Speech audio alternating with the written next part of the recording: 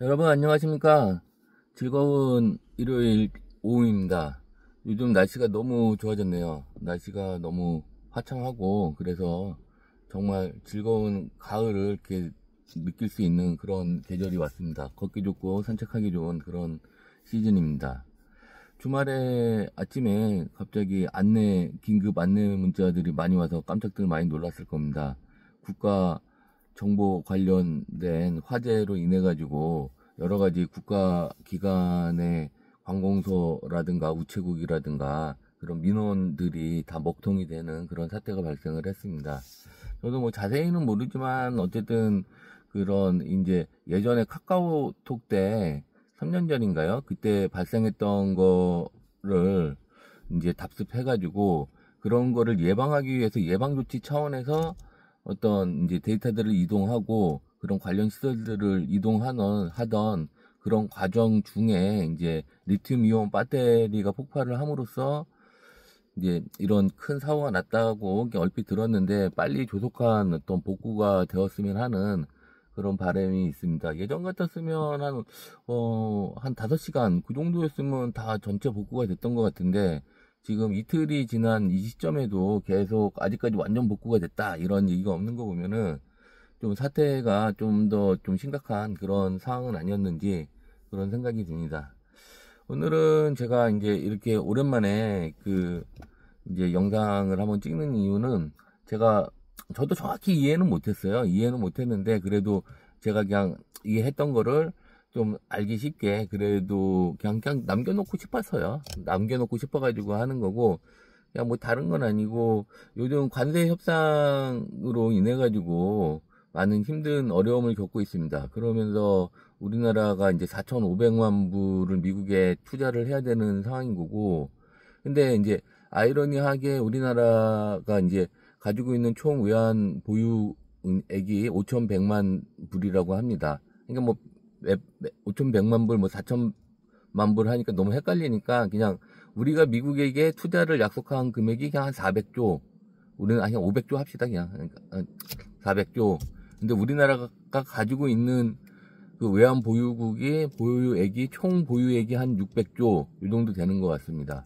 한 450조 할까요? 갚아야 되는, 갚다기보다는 투자를 약속한 금액이. 산술적으로도 600조에서 한 450조 빼면, 그거 주고 나면 우리나라가 갖고 있는 돈이 한 150조 정도밖에 되지 않지 않겠습니까? 그것도 다 뭐 국가가 갖고 있는 것도 아니고, 뭐 개인이라든가 모든 사람들이 갖고 있는 거를 총합을 했을 때 한 150조, 그러니까 600조 정도라고 하고, 450조를 뭐 한 방에 갚지는 않겠지만 뭐 나눠서 갚는다 치더라도 그걸 갚게 되면은 우리나라 한 150조 남으면 금방 이제 IMF 위기가 오는 그런 위험이 발생할 수 있습니다. 그러다 보니까 정부에서 생각을 했던 게 통화 스와프라는 거를 미국에 요청을 했던 것 같아요. 근데 이제 통화 스와프가 저는 또 잘 몰랐는데 우리나라 역사적으로 봤을 때 이제 과거에 이제 어떤 서브프라임 모기지론이라든가 그 다음에 코로나 때 그러니까 이게 좀 IMF 구제금융이랑은 좀 틀린 것 같아요.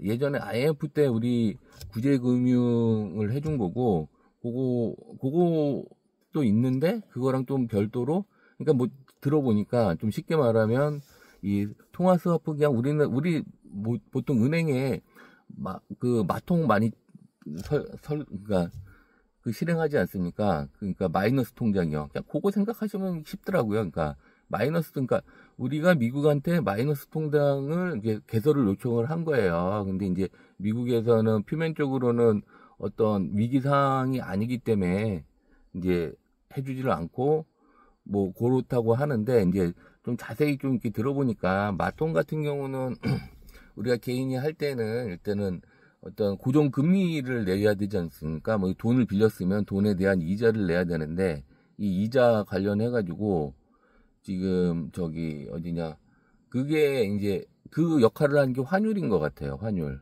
그래서 그러니까 통화 스와프 때 근데 우리나라 지금 그 환율이 한 1,400원 정도 하는데 근데 이게 보통 개인이 하는 마통이라든가 이런 거는 변동금리가 적용돼 가지고 계속 이제 금리 자체가 변동이 되는데 이 통화 스와프 같은 경우는 한번 고정으로 해서 한 5년 이렇게 쫙 가는 것 같아요. 근데 지금 한 1,400원이지 않습니까? 근데 이게 5년 후에도 이렇게 나눠서 갚을 텐데, 갚으면서 5년 후에도 그 우리 환율이 1,400원일까?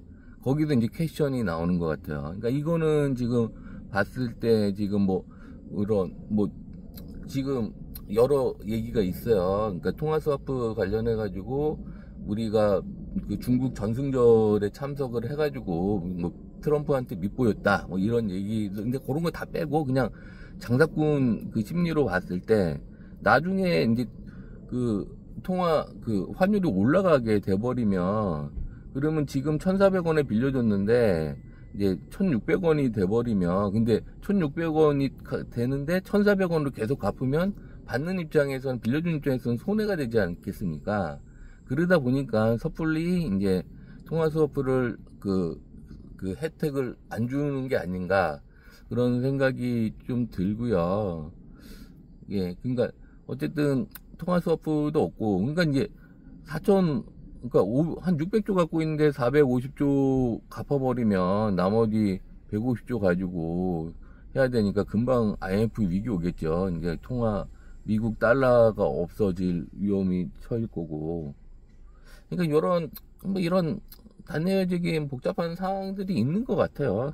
저도 뭐 자세히 몰라요. 근데 이제 하여튼 뭐 그냥 자꾸 들리는 얘기도 있고, 그 다음에 그냥 뭐 이렇게 유튜브 같은 것도 틀어보니까 그런 것도 나오고 하니까 그냥 머릿속에 그냥 이런 스터디 같은 지식으로 나와가지고, 근데 이거를 또 남한테 설명한다는 것 자체도 이게 쉽지가 않네요. 그러니까 내가 얼만큼 알고 있는 것도 중요하지만 그 알고 있는 거를 누구한테 전달을 하고 쉽게 설명을 한다는 거, 그것도 정말 쉬운 일은 아닌 것 같습니다. 그래서 정말, 그러니까 예를 뭐 그런 거죠. 옛날에 보면은 정말 공부 잘했던 친구들이 또 좀 훌륭한 선생님이 되냐, 그거랑은 조금 다른 거죠. 이제 어떤 정보를 흡수함에 있어서 누구보다도 빠른 정보 캐치력이 있다 하더라도 그거를 남한테 어떻게 진짜 딱, 그러니까 그 수준에 맞게 딱 이렇게 적시적소에 이렇게 알려줘야 하는데, 그런 스킬이랑은 약간은 좀 갭은 좀 있는 것 같아요.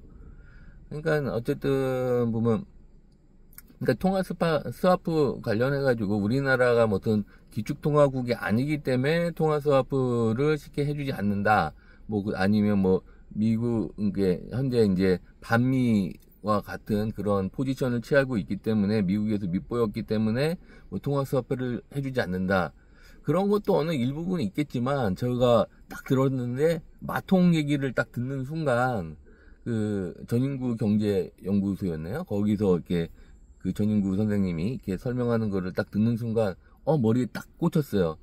이 마통, 금리구나, 결국은. 환율의 차이에 의해 가지고, 지금 미국 입장에서는 1,400원으로 지금 돈을 빌려줬다가, 나중에도 1,400원 환율로 갚게 되면, 그 사람들한테 이득이 될 게 없기 때문에, 쉽사리 통화스와프를 이렇게 체결을 해주지 않는 거를. 근데 그래도 체면이 있지, 미국이. 체면이 있으니까 그냥 우리가 너네들 빌려줘가지고 별로 남는 장사가 아니야, 그래가지고 안 해주는 거는 어떤 세계 최강국의 체면 때문에 그러지 못하는 것 같고. 그러니까 표면적으로 지금이 무슨 예전에 서브프라임 모기지 사태가 발생했냐, 아니면 코로나 같은 세계 국제적으로 큰 위험이 이제 전염병이 도운 것도 아니고 그런 상황이 아니지 않냐, 이런 표면상의 이유로서 거절을 한 게 아닌가. 근데 보면은 또 유럽이라든가 이제 일본은 해줬단 말이에요. 그 사람들은, 그쪽은 기축통화국이기 때문에 해준 걸 수도 있지만, 근데 이제 그런 거 보면은 좀 글쎄요, 미국에 봤을 때는 유럽, 일본보다는 우리나라가 중장기적으로 경제 전망이 좀 나쁘겠구나, 이런 생각이 어느 정도 있는 것 같아요. 그러니까 모르겠습니다. 요즘 참 사회도 많이 어렵고, 정말 어렵고, 근데 보면은, 그러니까 한두 개 이상치의 데이터들이 발생을 하면서, 부동산도 그렇고, 주식들도 그렇고, 이게 그게 전체를 대변하는 것은 큰 착각을 지금 불러 일으키는 그런 상황이 아닌가 싶어요. 한두 건의 큰 그 어떤 고가의 거래가 그게 뭐 계속 벌어지는 게 아닌데 그 한두 건이 벌어진 거가 조금 있으면 그게 그냥 일반 시세인 거 마냥 이렇게 딱 고정화되는데, 근데 실제로는 계속 그렇게 받쳐줄 사람이라든가 세력이라든가 주변 여건이 안 되죠.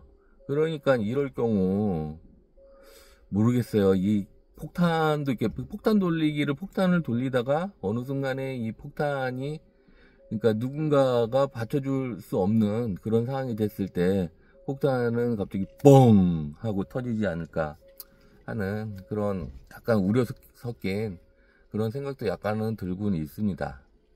아무튼 참 이렇게 걷기 좋고 올 여름 너무 더웠어요. 너무 더웠는데 이 더운 여름을 지나가지고 이 걷기 좋고 정말 이제 산책하기 좋은 그런 계절이 돌아왔습니다. 여러분들 모두들 건강이 최우선입니다. 건강하시고요.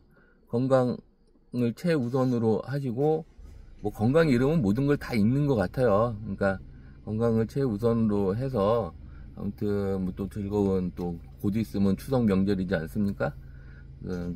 잘 이렇게 다음 주 좀 잘 보내시고 또 추석 연휴 잘 보내시고, 그러다 좀 지나다 보면 이게 어쨌든 방향성은 정해져야 돼요. 그러니까 방향성이 정해진다는 게 환율이 1,400원이었지만 뭐 1,500원, 1,600원으로 갈지 아니면 1,300원대로 떨어질 건지 어쨌든 계속 이 상태로는 아닐 겁니다. 그러니까 어떤 방향성이 정해질 거기 때문에 하여튼 조심하는 게 제일 좋다고 생각을 하고 그렇네요. 예, 알겠습니다. 고맙습니다. 예, 다음에 뵙겠습니다. 감사합니다.